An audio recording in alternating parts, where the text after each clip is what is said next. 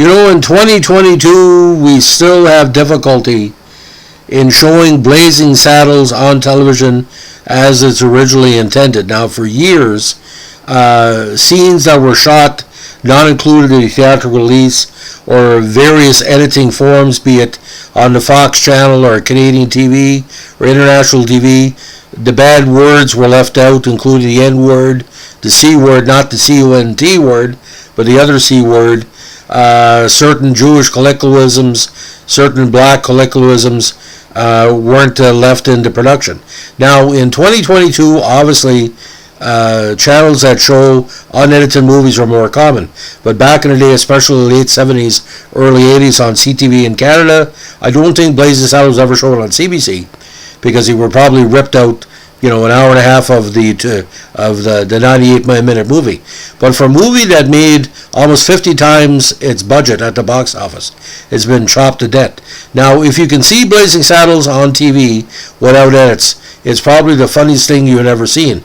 And if you were a fan of Blazing Saddles like I was back in the day, I was 9 years old when I saw it at the Capitol Theatre in Dalhousie, and the farting scene, the scenes involving the governor and the secretary, Hedley Lamar, who actually Hedy Lamarr did sue him over the production, the famous actress and inventor. The Black Bart scene where he's being hung and there's like an Igor character, that's the hangman. There's many scenes that are so funny, but even if they're cut out, we would basically fill in the blanks in our mind. Now, Blazing Saddles, a big part of it was written by Richard Pryor.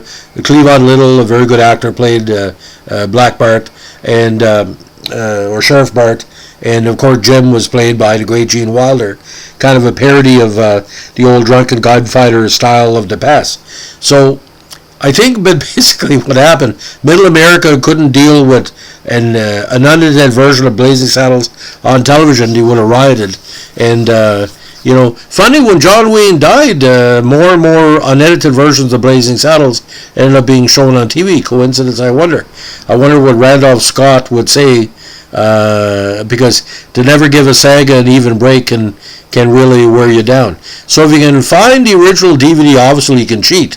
But this week, if you have a chance, check your local streaming service or check your Fox whatever, or maybe TCM or whatever. If you can find Blazing Saddles unedited and watch the edited TV version, you could probably count maybe 200-300 edits of scenes being shortened or scenes being cut out, especially involving Sheriff Bart and Lily Von Stupp.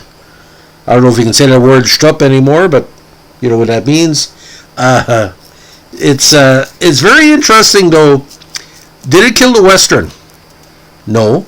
Did it wound a Western? Yes. Nobody can watch a Western normally anymore. I've been watching 310 for Yuma before I did a podcast tonight to remake with Russell Crowe. And my dad, this was one of the last movies my dad saw before he died. He said I was expecting Blazing Saddles type of scenes, and I was disappointed that it was so serious as it was. But ladies and gentlemen, Blazing Saddles is that Mel Brooks' best movie, pretty close to it. Young Frankenstein is up there too. But all factors play together. Harvey Korman is the straw that stirs the drink. It probably cost him the Best Supporting Actor nomination by saying it. The word kinky has never been the same ever since he said it in the movie.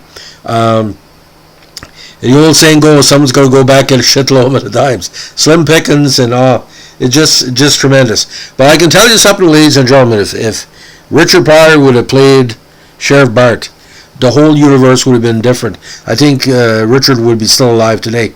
He would have got so much acclaim for that movie, maybe he wouldn't have turned to drugs or bad decisions. So it's funny how the universe works. It relaunched Mel Brooks' career, again, as the greatest comedic mind in Hollywood for that mid-1970s period, which led to the other movies, even Dead and Loving It, and Robin Hood Men in Tights, and the later work.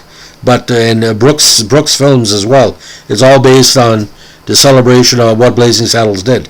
So the edited version, if you've seen it, if you never saw the real version, try to get the DVD, especially the Blu-ray. A lot of the documentary has about the deleted and alternate scenes that were literally filmed second or third take.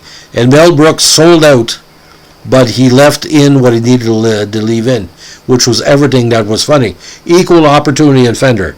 That's what Blazing Saddles is. Thanks for listening. Bye.